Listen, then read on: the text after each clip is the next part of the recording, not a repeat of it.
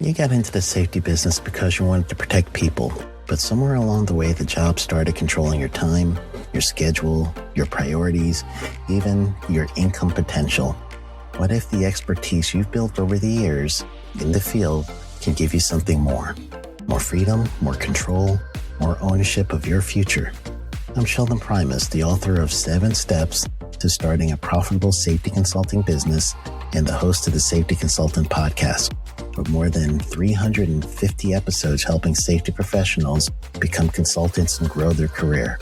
Consulting changed my life. In fact, I'm a full-time RVer, and one consulting contract paid for my home I live in today.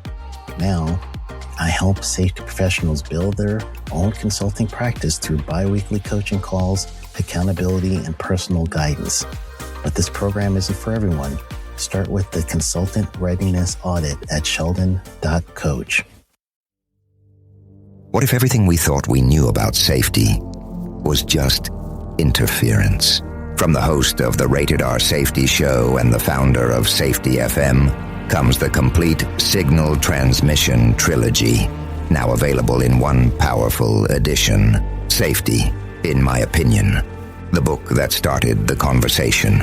Safety Mutation, where the boundaries of culture, systems, and belief begin to break.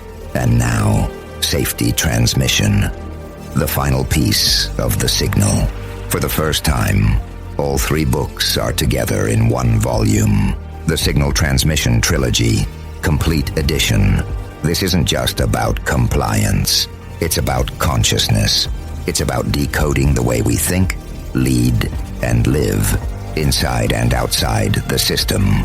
Whether you've been following the signal since the beginning or you're just now tuning in, this is the version to own. Search Signal Trilogy on Amazon or visit safetyfm.com to get your copy now.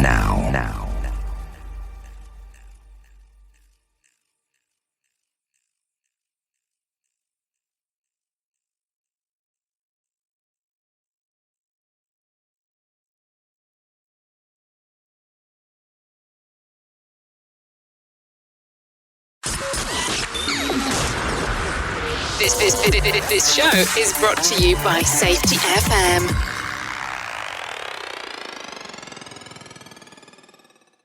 Warning! The following podcast contains adult language, adult content, weird and unusual stories that all happen to be true. We didn't start this war on safety, but we're going to fight that safety war and we're going to win it. So Jason Alexander was on a very short-lived TV show right after Seinfeld. And they ran promos for it all summer, and then the show didn't really last that long. The promo sticks out of my mind. The show title or what the program was or context really didn't stick with me. I don't remember it. But he was some kind of a counselor, and he said, all through the summer, every commercial break, communication is everything. Without communication, I can't tell you how important communication is. So, today we're going to talk about communication and accountability on Safety Wars. This often happens. You may give somebody training, or you might communicate a safety requirement to someone, or any number of things. And you go out there to do an audit, or there's an accident or something, and they completely ignored their training, completely ignored what they were told, the rule book, the policy book, everything else, because they're incentivized to work other ways, to work unsafely. It could be any number of situations. Fall protection, they're not tying off in a boom lift, for example. They're overloading a scissor lift. It could be anything, because you tell them, and then, hey, well, guess what? You're not their leader.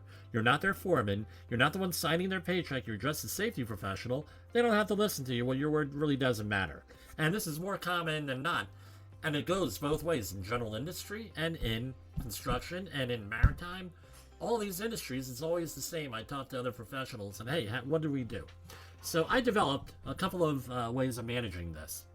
We already talked about putting certain things on video, audio taping things. No, as long as it's legal and it's done obviously and ethically, right? That's one way.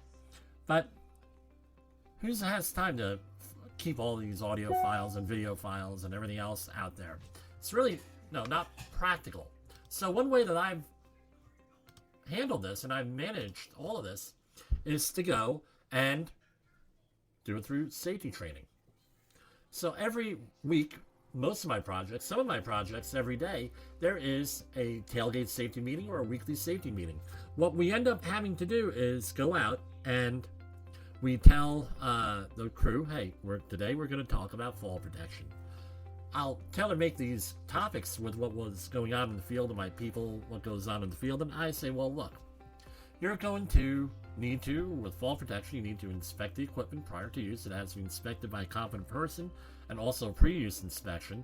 This is what you're going to look for. You're going to look for burns, you're going to look for tears, you're going to look for other damage, and you know the whole thing. You go through the whole thing, and guess what? That's what we have to do. Then, that's all listed in the safety meeting form, and you have them sign the safety meeting form. Later on, if there's a problem, look, we had a safety meeting about it, we communicated it to you, and guess what? You chose not to do it. Or, the management knew, well, the management doesn't know all this training, the management was at the meetings, they knew what the requirements were, what the safety requirements were. The management decided to tell people not to do that after we told them to do it, right? We trained them, we did everything else. Now, guess what? Not the safety meetings person's fault all the time. Again, you want to work with people, you want to have leadership, you want to have influence people, you want to have a positive working environment. But this is not always possible, and is not always realistic to think that safety is going to take a higher priority than production in many organizations. So this is what I've come out with. Now, many years ago, after I developed this program, right, so someone asked me to do fall protection training.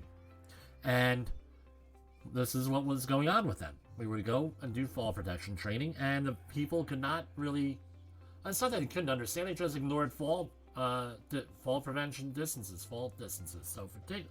So for example, you have a 6-foot energy absorbing, we used to call them shock absorbing lanyards, and they're 6 foot, and your free fall distance when from between your anchorage point and when you hit the ground, also known as the splat zone, is typically anywhere from 18 to 21 feet, somewhere in that, depending on your manufacturer and everything else. Stretch of the equipment, nylon and everything else, you have to check with your manufacturer what the appropriate fall distances are. But people were still going out there with this particular model and brand, 18.5 feet of free fall distance you have to tie off to. Not really free fall, but it's the distance you have to tie off to from your anchorage point to the ground is got to be a minimum of 18.5 feet. What were people doing? They're going out there and they're 10 foot off the ground using a 6-foot energy absorbing lanyard, obviously, and it's not going to work. And people would just ignore you. Management would just ignore you. The owners were very serious about fall protection, so this is what we ended up doing. Here's the sign-in sheet. I have a picture, so no one could use the thing, well, I didn't understand your words and I'm illiterate. Had a picture there. Fall protection distances. Everyone signs off on it. About 2 or 3 days later, we have someone, because of course I'll do it for 2 or 3 days. Okay, here's your sign-in sheet. Is that your signature on there? Yeah? Well, you're using this improperly. What's the issue? Well, now you have a pretense of, now you can follow up. Is the issue that they don't have any other equipment? They're doing the best they can? Sometimes it is, and you try to resolve that. What if they have the same right equipment? Now this is no longer a safety issue, it's a human resources issue. Because company policy is to do X, Y, and Z, and you're doing A, B, and C. And now we have to have a sit down with everybody and figure out why you're doing this. Do you not have the right equipment? Is it incentivized? Was there something else going on? Because a lot goes on before you have the actual accident. Take time out the day before a safety meeting. Craft your meetings well. Have people sign off on things and retain those. Because guess what? Often, OSHA, I can't guarantee this, but often OSHA uses this as valid training for a job. Same thing with the job hazard analysis forms. We often have problems with personnel during the safety audit. Maybe the managers are encouraging certain unsafe behavior. That's usually the case. or at least not enforcing safe behavior and promoting safe behavior. And what happens? Well, we have the job hazard analysis. You may call it safe, AHA, JSA, TSA, whatever. All right. You go through there and it says, look, it says in this piece of paper everybody signed off on, you have to do X, Y, and Z. You're not doing. Well, this is our plan for the work. This is an assessment for the work that we're required to do with competent persons. This is what we're doing. You chose not to do it. Why didn't you choose not to do it? Why? What's going on here? This is the other thing with that type of an assessment. Were things not assessed properly? Not on that paperwork. That's a discussion for another thing. So, communication is critical. You have to communicate what the requirements are on the job. Otherwise, you're being unrealistic in thinking that people are actually going to work safely if they don't know what the expectations are. They don't know what the rules are. They don't know anything else. So don't become a casualty anywhere in here, either getting hurt or getting caught doing things that you're not supposed to do. I'm not supposed to do that you were trained to do. Because I'm going to tell you this. A supervisor or a foreman or someone along those lines is going to use that paperwork against you. Not so much the safety person. This is usually how it goes down. Charlie fell and got hurt. Supervisor says Charlie did something wrong. It's all Charlie's fault. And you find out later on, it could be years later, that the supervisor is actually the one to blame because the supervisor, who's approving Charlie's hours, is a slave driver a lot of times, is the one that caused that accident. And by the way, you don't want to be the safety person who didn't communicate what the requirements of the job were. You want to set up a program. We can help you out on that. We do that type of thing here at Safety Wars, JCP Technical, where we help people with their site-specific training and things and package it together. So, don't be a casualty in that safety war. For Safety Wars, this is Jim Posel.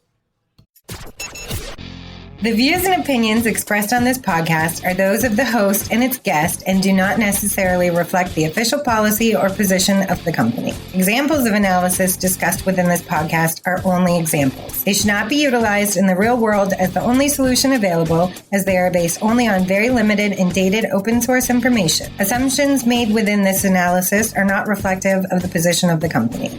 No part of this podcast may be reproduced, stored in a retrieval system, or transmitted in any form or by any means, mechanical, electronic, recording, or otherwise, without prior written permission of the creator of the podcast, Jay Allen. You got into the safety business because you wanted to protect people, but somewhere along the way, the job started controlling your time, your schedule, your priorities, even your income potential. What if the expertise you've built over the years in the field can give you something more? More freedom, more control, more ownership of your future. I'm Sheldon Primus, the author of 7 Steps to Starting a Profitable Safety Consulting Business and the host of the Safety Consultant Podcast, with more than 350 episodes helping safety professionals become consultants and grow their career.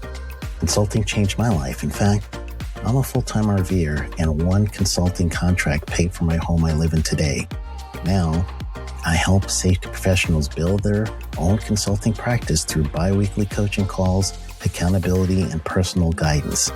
But this program isn't for everyone. Start with the Consultant Readiness Audit at sheldon.coach. What if everything we thought we knew about safety was just interference?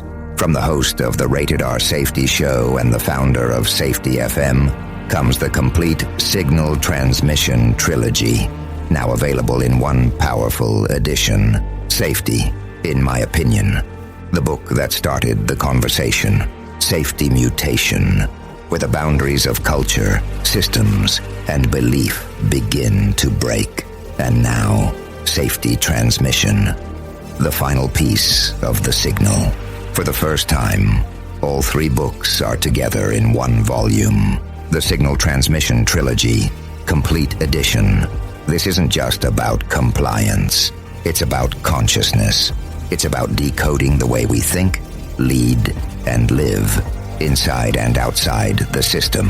Whether you've been following the signal since the beginning or you're just now tuning in, this is the version to own. Search Signal Trilogy on Amazon or visit safetyfm.com to get your copy now.